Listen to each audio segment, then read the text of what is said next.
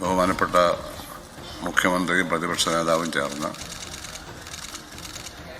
Elected speaker Shri Thiruvanchoor രാധാകൃഷ്ണനെ വേദിയിലേക്ക് ആനയിക്കേണ്ടതാണ്. Speaker chamber ഒക്കപ്പ് ചെയ്യാൻ അദ്ദേഹത്തെ ആനയിക്കേണ്ടതാണ്.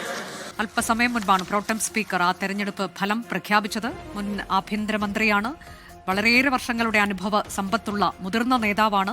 അഴിമതിയുടെ കറ പുരളാത്തത് എന്ന് പ്രോട്ടം സ്പീക്കർ പറയുന്നത് നമ്മൾ കേൾക്കുകയുണ്ടായി. ഏതായാലും തിരുവഞ്ചൂർ രാധാകൃഷ്ണന് 101 വോട്ടുകൾ, AC മൊയ്തീന് 35 വോട്ടുകൾ, NDA സ്ഥാനാർത്ഥിക്ക് 3 വോട്ടുകൾ. ആ തരത്തിലേക്ക് ഒരു വോട്ട് പോലും മാറി മറിഞ്ഞിട്ടില്ല, മാറ്റിക്കുത്തിയിട്ടില്ല, അസാധുവായിട്ടില്ല. കൃത്യമായ വോട്ടുകൾ പോൾ ചെയ്യേണ്ടുന്ന ഇടത്ത് തന്നെ പോൾ ചെയ്യപ്പെട്ടു എന്നതാണ്. ഇപ്പോൾ തിരുവഞ്ചൂർ രാധാകൃഷ്ണനെ അദ്ദേഹത്തിന്റെ ചെയറിലേക്ക്, സ്പീക്കറുടെ ചെയറിലേക്ക് ആനയിക്കുകയാണ് മുഖ്യമന്ത്രിയും പ്രതിപക്ഷ നേതാവും ചേർന്ന്. അതാണ് അതിന്റെ കീഴ്വഴക്കം.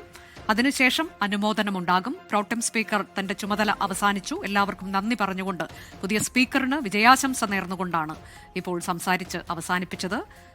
പുതിയ സ്പീക്കർ തിരുവഞ്ചൂർ രാധാകൃഷ്ണൻ അദ്ദേഹത്തെ ചെയറിലേക്ക് ആനയിച്ചത് മുഖ്യമന്ത്രിയും പ്രതിപക്ഷ നേതാവും ചേർന്ന്. തത്സമയ ദൃശ്യങ്ങളാണ് പ്രേക്ഷകർ കാണുന്നത് നിയമസഭയിൽ നിന്നുള്ളത്.